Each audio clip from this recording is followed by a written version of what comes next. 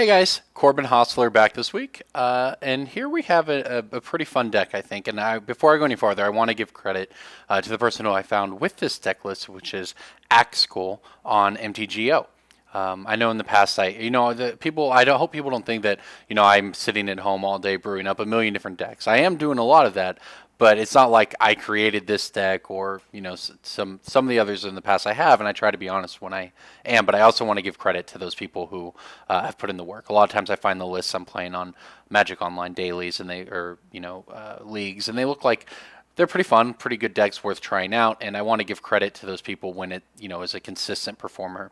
So in this case, Axkull on MTGO has played a really interesting version of Elves, and we see sort of back in the day, I guess 2 years ago, year and a half ago, Elves, when it first shipped Modern, was a green-white deck, and it had a bunch of white sideboard cards and ran some white lands and windswept heaths and things like that. And it's very interesting, sort of straightforward deck. Then, of course, Magic Origins came out. We got Shaman of the Pack, which was just huge. This provides so much reach to any elf deck. It does absurd amounts of damage, coming in off a collected company, casting them. When you just have a huge board, it's a huge card for this deck. And Jweinen's Elite is similarly insane because you can play it on turn 2 when you have a Heritage Druid on turn 1, make a bunch of mana immediately, etc. So those are the things that really changed it. And because of this card in particular, it's become a green-black deck, which works perfectly with the Guildleaf Palace. So I'll go ahead and run through every card here just so we know what's up and hit on the important parts of this list, which is why it was interesting to me. So the basic mana base, Cavernous Soul is very, very good in this deck. Forests, Guildleaf Palaces, which if you reveal an elf card can come into play untapped. It makes green or black, no pain required. Nykthos, Shrine of Nyx, obviously insane. You have a lot of green mana symbols in this deck. Makes even more mana. The Pendelhaven's kind of nice, actually. It takes something out of Pyroclasm range. It can get, the gut shot that people board in, stuff like that. Just sort of random value, and it makes green mana. It's easy enough to play. Razorverge Siggets, the green and white fast land. It's fine. It's that or more forests, and sometimes this version in particular isn't, but some of them do run white cards in the sideboard still. A Horizon Canopy, just a good one to cash in, but it's also another source of white if you need it. Overgrown Tomb, in this case of the black sideboard cards. So here is the really interesting land here, and it's Westvale Abbey. This actually makes perfect sense in this deck. The games you lose with Elves, you end up with a bunch of mana dorks and no way to really impact the board or anything like that. Well, Westvale Abbey, not only is it easier to hit 5 mana and start making clerics in this deck, but this has the best deck. This is the best deck possible to really cash it in and get Ormondal off of it. So this is a pretty sweet one. Okay, so we run basically the core of the deck is a million mana dorks: Elvish Mystics, Llanowar Elves, Heritage Druids, Elves of Deep Shadow. So Heritage Druid's really the combo card. You tap 3 untapped Elves you control. This gets around Summoning Sickness, and you immediately get 3 mana. So like I said, you can play a turn 1 Heritage Druid, a turn 2 Jweinen's Elite, and all of a sudden you can make 3 mana right after that to play an Elvish Archdruid or something on turn 2. Now, what we do not have in this list is Nettle Sentinel. So let me go ahead and show you Nettle Sentinel real quick, because this is really an interesting omission. Nettle Sentinel is a 2/2 for 1 mana, but it does untap your untap step. When you cast a green spell, you untap it. So in the past, these have always been sort of combo decks where you have Heritage Druids and Nettle Sentinels, and say if you have 2 Nettle Sentinels and a Heritage Druid in play.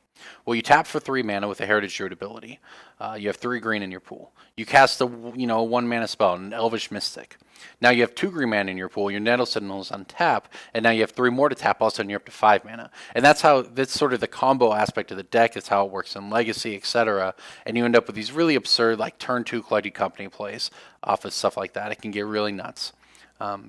This list, however, is very interesting, and this is the reason why I wanted to play it, is because it sort of eschews some of those traditional things that Elves have done, and instead does a lot more grinding. I would say this list does.